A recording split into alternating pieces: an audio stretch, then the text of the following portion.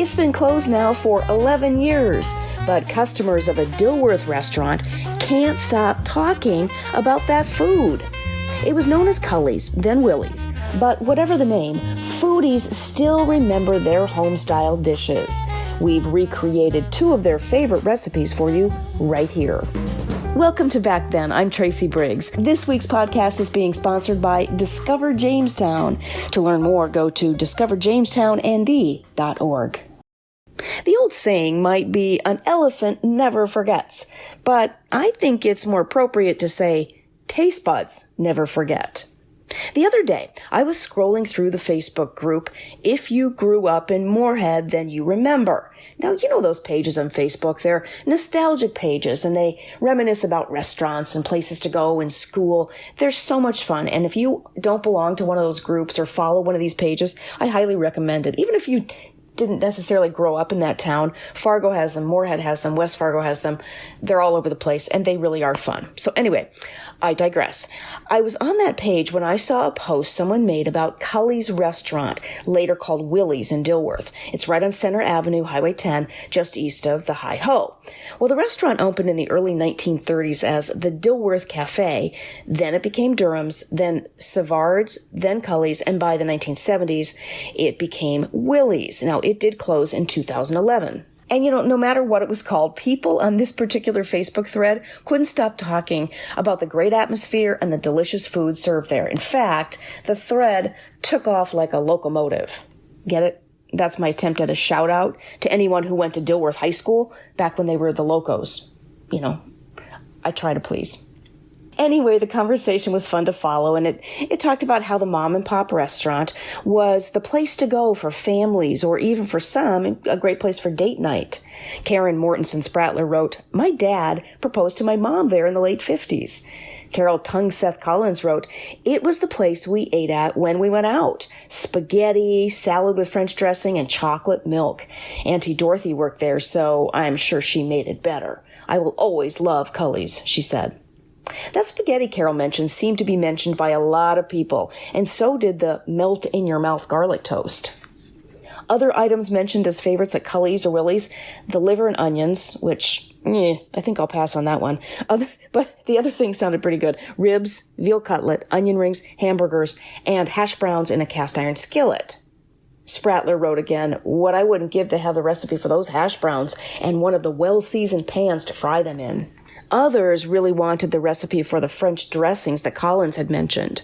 Well, I do aim to please, so we are reprinting both recipes on Inform, and of course I know this is the podcast, so you're not seeing the actual recipe, so I'm hoping you can maybe take the time to go to Inform and you can actually see it printed out there. I will read the recipe here, but that's not always the easiest thing to follow. So again, go to inform.com and you should be able to see the recipe in my Back Then column.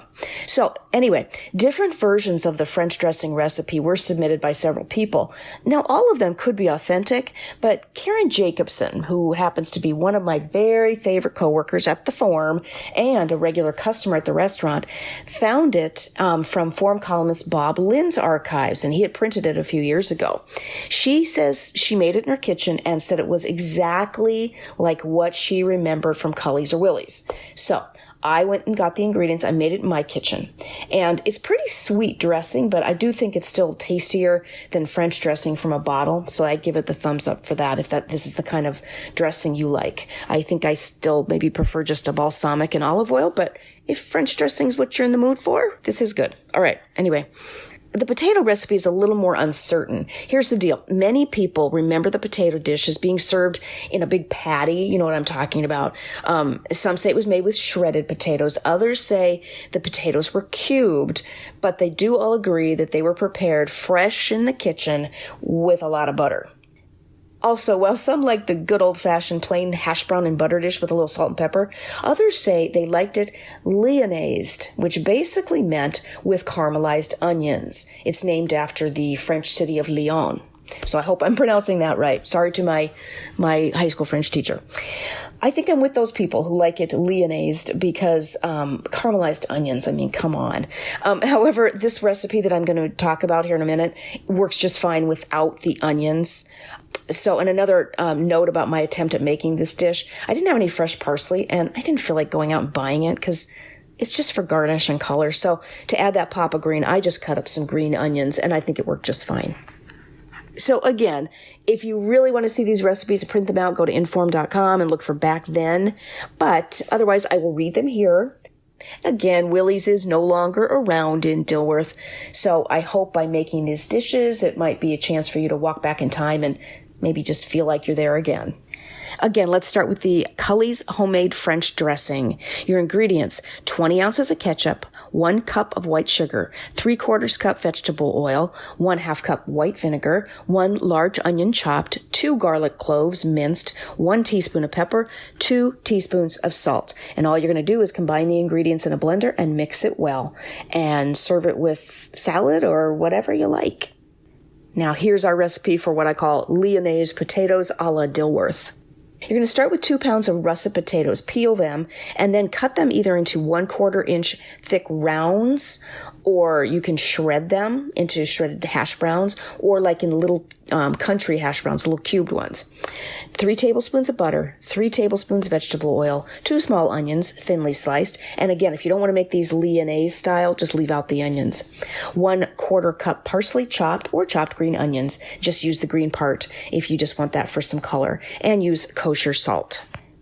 Okay, here's how you make them. If you are going to do the rounds, you're just simply going to put them in a pan of water and let it reach a boil.